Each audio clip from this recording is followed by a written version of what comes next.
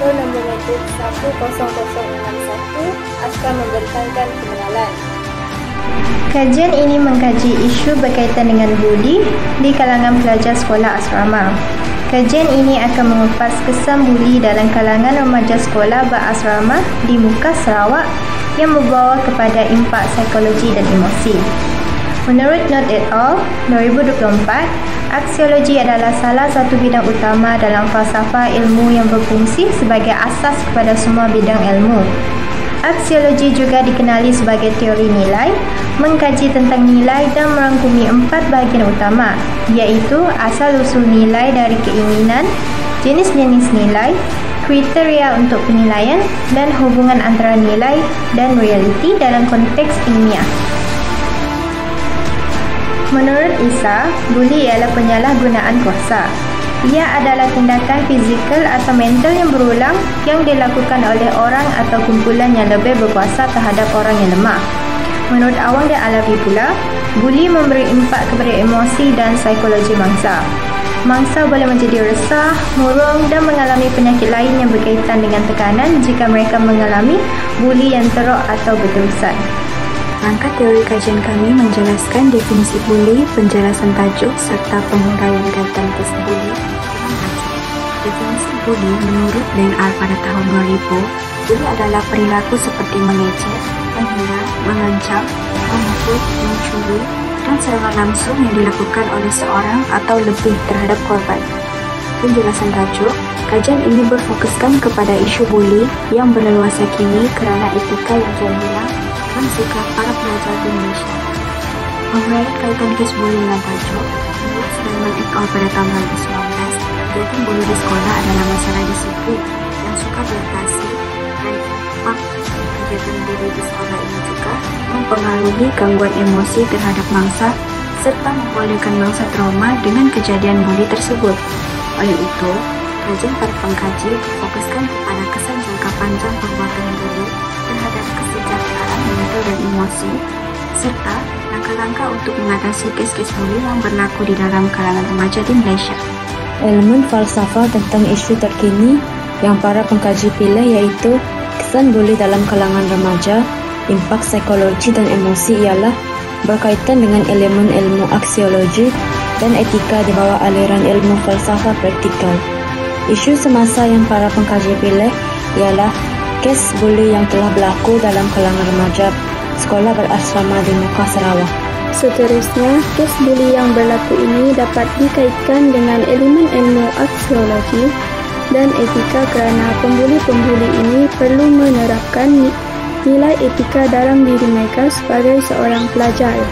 Menurut DS Muhammad RA 2024, iaitu Ketua Polis Daerah Mekah, 5 orang pelajar tingkatan 5 didakwa menyerang mangsa sebanyak 2 kali sehingga menyebabkan kecederaan parah di bahagian dada, perut dan kemaluan.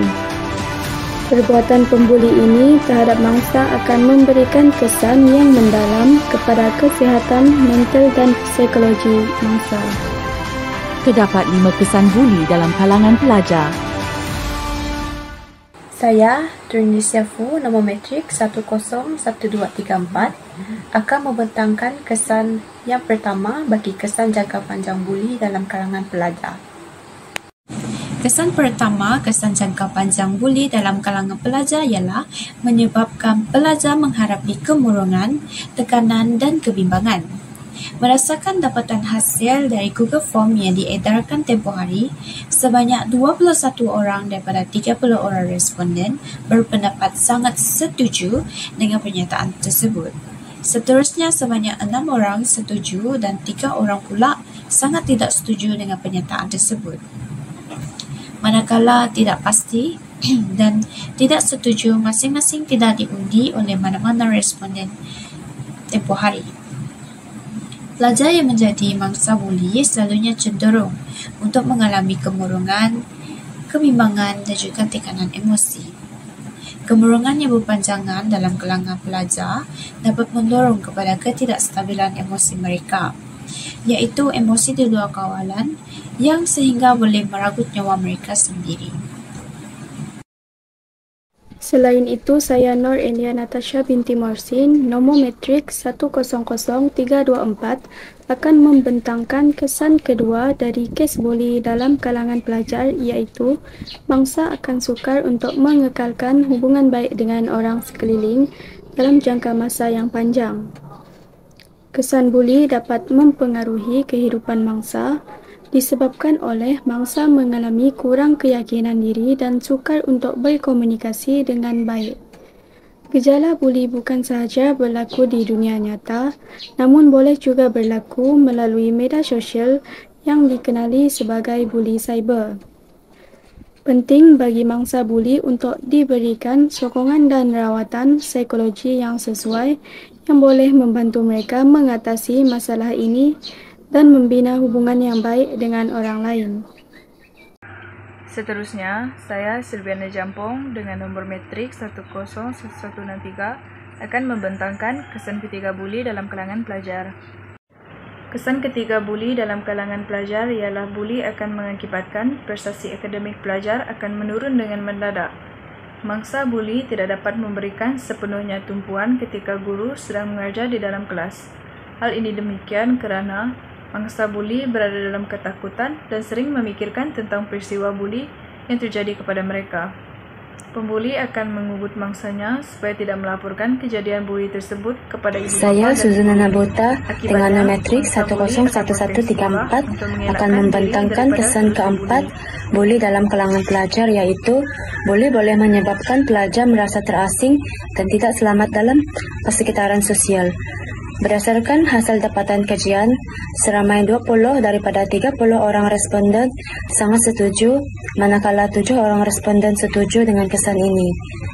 Selain itu, terdapat seorang responden tidak setuju dan 2 orang responden sangat tidak bersetuju dengan kesan ini. Hal ini disebabkan perbuatan buli boleh menyebabkan pelajar tersebut hilang kepercayaan diri dan seterusnya mengganggu hubungan dengan rakan-rakan mereka. Kesannya, pelajar ini akan merasa takut untuk berada di halayak ramai dan lebih suka menyendiri kerana perasaan trauma terhadap ejekan pembuli dan tiada kepercayaan diri.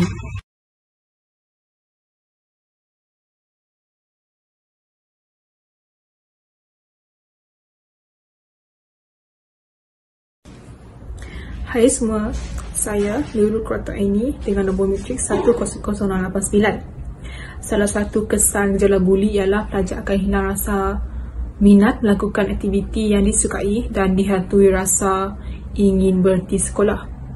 Hal ini disebabkan oleh pelajar kehilangan motivasi ataupun semangat untuk menimba ilmu kerana mereka beranggapan sekolah tidak lagi menjamin keselamatan diri mereka apabila mereka berada di situ, yang di mana seolah-olah sekolah dianggap sebagai medan pertempuran bagi mereka yang menjadi mangsa buli. Jadi melalui kajian yang kami lakukan, jumlah responden yang bersetuju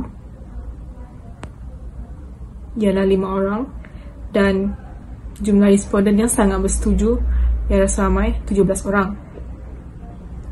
Yang tidak pasti pula seramai 3 orang, yang tidak setuju 2 orang dan yang sangat tidak setuju ialah sebanyak 3 orang.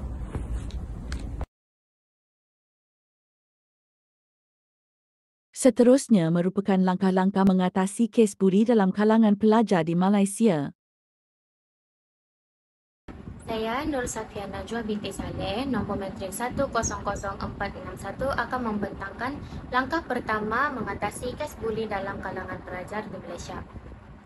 Langkah yang pertama ialah pihak sekolah atau berkuasa perlu memperketat penguatkuasaan peraturan. Dalam hal ini, kebanyakan pelajar di sekolah tidak mengendahkan undang-undang yang dikuatkuasakan kerana undang-undang tersebut tidak dijalankan dengan tegas. Undang-undang yang ketat akan memberi kesedaran kepada pelajar ini untuk menghentikan gejala buli, kerana gejala buli ini akan mengakibatkan mereka dikenakan hukuman yang berat. Oleh itu, undang-undang atau peraturan yang telah dikuatkuasakan seharusnya dijalankan dengan lebih tegas dan konsisten, termasuk menghukum dengan adil atau meningkatkan hukuman.